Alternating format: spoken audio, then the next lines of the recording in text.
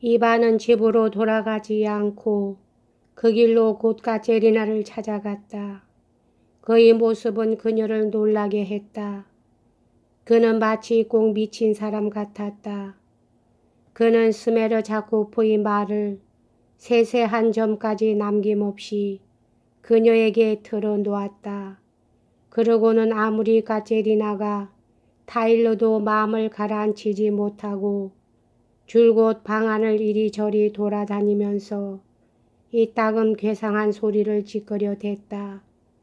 그러다가 결국 그는 의자에 틀썩 주저앉아 테이블에 팔꿈치를 세우고 두 손으로 머리를 감싼 채 기묘한 말을 했다. 만일 범인이 드미트리가 아니고 스메르 자코프라면 나도 그자와 공범입니다. 내가 그자를 사주했으니까요. 아니 나는 정말로 그자를 사주했을까? 그건 어떤지 잘 모르지만 아무튼 만일 범인이 그자고 드미트리가 아니라면 물론 나도 공범입니다. 까체리나는 이 말을 듣더니 잠자코 일어섰다. 그리고 자기 책상으로 가서 그 위에 있던 상자를 열어 안에서 종이 한 장을 꺼내어 이반 앞에 놓았다. 이것이 그 증거 서류로서 후일 이반이 알료샤에게 형 드미트리가 아버지를 죽였다는 수학적 증명이라고 말한 바로 그 종이 쪽지였다. 그것은 미자가 술이 취해서 까제리나에게 써보낸 편지였다. 그것을 쓴 적은 그가 수도원으로 돌아가는 알료샤와 들판에서 만난 그날 밤이었으며 말하자면 까제리나의 집에서 그루센카가 그녀를 모욕한 뒤의 일이었다. 그때 미자는 알료샤와 헤어지고 그루센카의 집으로 달려갔다. 그루센카와 만났는지 어떤지는 모르지만 아무튼 그는 그날 밤 술집 서울집에 가서 여느 때처럼 실컷 마셨다. 이윽고 취한 김에 펜과 종이를 가져오게 하여 자기에게 중대한 증거 서류를 썼던 것이다. 그것은 앞뒤가 맞지 않고 난잡하고 지저분한 편지였으며 아무리 보아도 주정뱅이의 편지가 분명했다. 그것은 마치 술에 취한 사람이 집에 돌아와서 나는 지금 모욕을 당했다. 나를 모욕한 자는 아무짝에도 못쓸 악당이지만 나는 반대로 훌륭한 인간이다. 나는 그 악당에게 복수를 해주고 말 테다 하면서 눈물을 흘리고 주먹으로 테이블을 치며 마누라와 가족들에게 너절한 넋두리를 길을 쓰고 장황하게 널어놓는 그런 종류의 것이었다. 그가 술집에서 얻은 종이는 흔해 빠진 값싼 편지지 조각이었으며 그 뒷면에는 무슨 계산 같은 것이 적혀 있었다. 주정뱅이가 넋두리를 널어놓는 것이니까. 물론 지면이 모자랐다. 그래서 미자는 여백을 가득 메웠을 뿐 아니라 마지막 몇 줄은 서두 위에다 삐뚤음하게 적어 놓았다. 그것은 이런 사연의 편지였다. 숙명적인 까짜, 내일 나는 돈을 손에 넣어 당신의 돈 3,000 루블리를 갚겠소. 위대한 분노의 여자여, 잘 있으시오. 내 사랑이여, 안녕. 이젠 끝장을 냅시다. 내일 나는 모든 사람들에게 부탁해서 돈을 마련할 거요. 당신한테 맹세하거니와 만일 마련이 안 될 때는 이반이 떠나자마자 아버지한테 가서 대가리를 박살내고 베개 밑에 있는 돈을 빼앗을 작정이요. 나는 징역살이를 하더라도 당신의 3천 루블리는 꼭 갚아주겠소. 그러니 당신도 나를 용서해 주오. 이 말을 땅에 대고 큰 절을 보내오. 왜냐하면 나는 당신에 대해서 비열한 인간이었기 때문이요. 용서해 주오. 아니 오히려 용서해 주지 말아 주오. 그 편이 당신도 나도 마음이 편할 테니까. 나는 당신의 사랑보다 징역 쪽이 낫소. 나는 다른 여자를 사랑하고 있으니까. 당신은 그 여자를 오늘 똑똑히 알았겠지. 그러니 당신이 어찌 용서할 수 있겠소. 나는 내 도둑놈을 죽이겠소. 그러고는 당신들을 피해서 동쪽으로 가겠소. 그리하여 모든 사람을 잊어버릴 테요. 물론 그 여자도 잊어버릴 테요.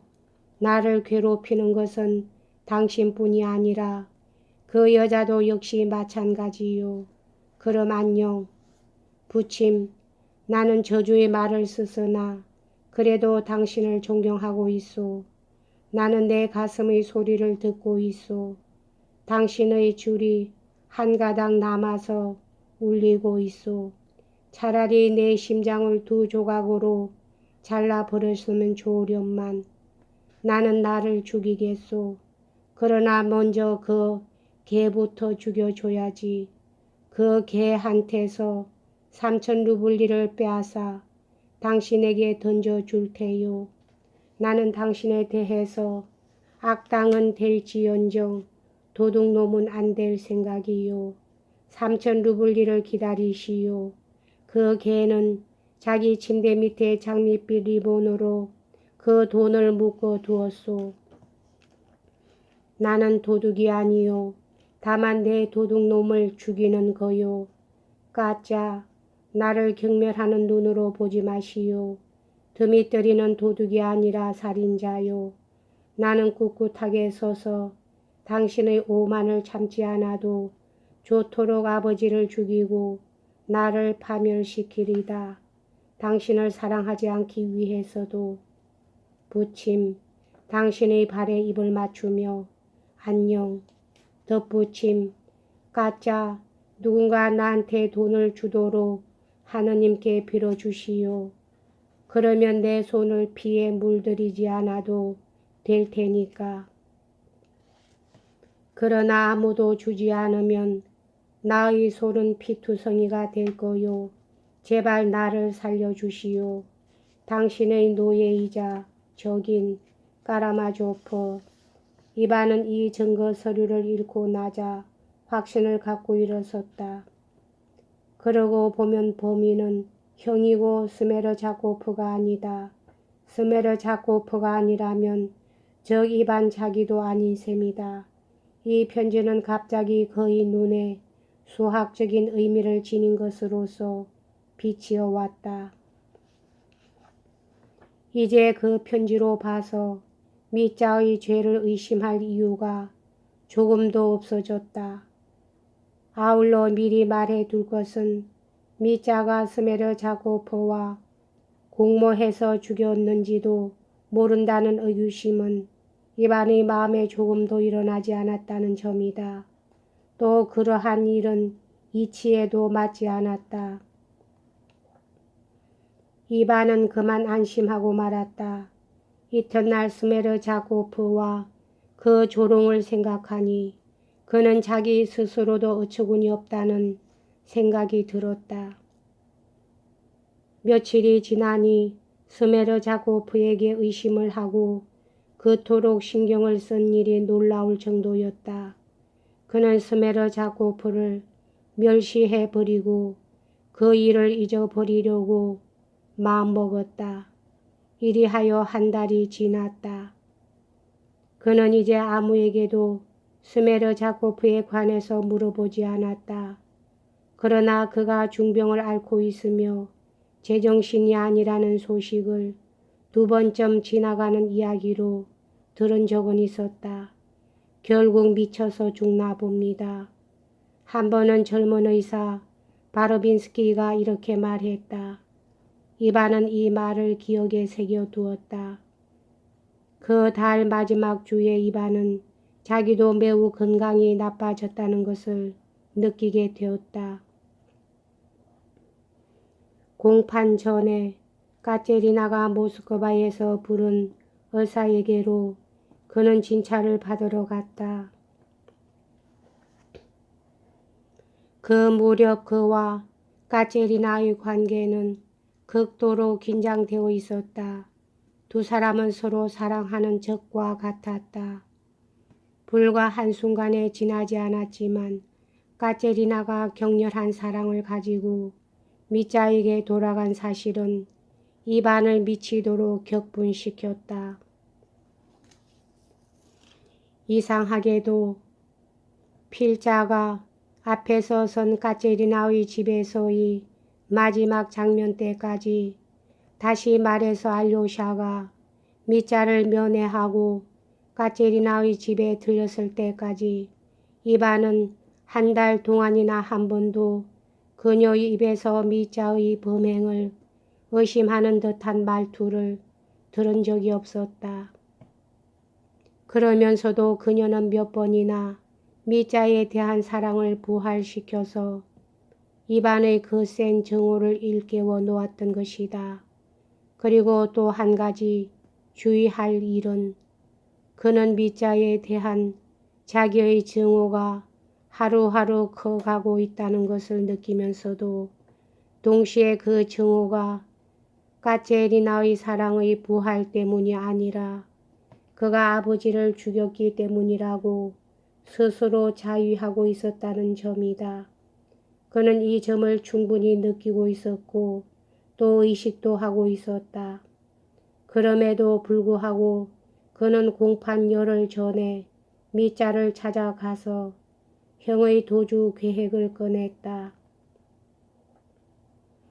이 계획은 분명히 오래전부터 생각해 온 모양이었다. 거기에는 그로 하여금 이런 행동으로 나오게 한 중대한 원인 이외에 그의 마음속에 숨어있던 어떤 아물기 어려운 상처가 있었던 것이다. 그것은 미자에게 죄를 덮어 씌우는 편이 이반 자신에게 편리하다. 그렇게 되면 부친의 유산을 알료샤와 둘이서 4만 루블리가 아니라 6만 루블리씩 분배할 수 있다고 스메르자코프가 슬쩍 한마디 흘린 데서 생긴 것이었다. 그는 미자를 도주시키는 비용으로서 스스로 3만 루블리를 희생시킬 결심을 했다. 그때 미자한테서 돌아오는 도중 그는 심한 비애와 고민을 느꼈다. 자기가 미자의 도주를 바라는 것은 다만 3만 루블리를 희생하여 마음의 상처를 고치기 위해서뿐만이 아니라 달리 또 무슨 이유가 있는 듯한 느낌이 들었기 때문이다. 내가 속으로 같은 살인자이기 때문이 아닐까 하고 그는 자기에게 물어보았다. 무언가 모호하면서도 찌르는 듯한 감정이 그의 마음을 사로잡았다. 특히 지난 한 달 동안 그의 자존심은 매우 심한 고통을 느껴왔다. 그러나 이에 관해서는 나중에 이야기하기로 하자.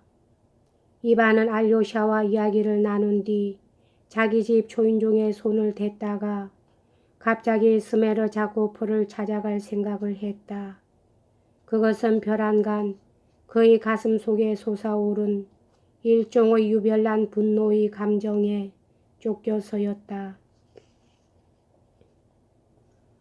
다름이 아니라 까테리나가 알료샤의 면전에서 자기에게 그 사람이 범인이라고 나한테 우긴 사람은 당신 혼자뿐이에요 하고 소리친 것이 문득 생각났기 때문이었다. 이것을 생각한 순간 그는 우뚝 서버렸다. 그는 일찍이 한 번도 미자가 살인자라고 그녀에게 우긴 적이 없었다. 오히려 스메르자코프한테서 돌아왔을 때는 그녀 앞에서 자기 자신을 의심했을 정도였다. 도리어 그녀야말로 그때 그 증거 서류를 보이면서 미자의 범죄를 증명하지 않았던가. 그런데 이제 와서 갑자기 그녀는 난 스메르자코프를 직접 만나보고 왔어요 하고 소리치고 있는 것이다. 언제 갔을까? 이반은 전혀 모르고 있었다.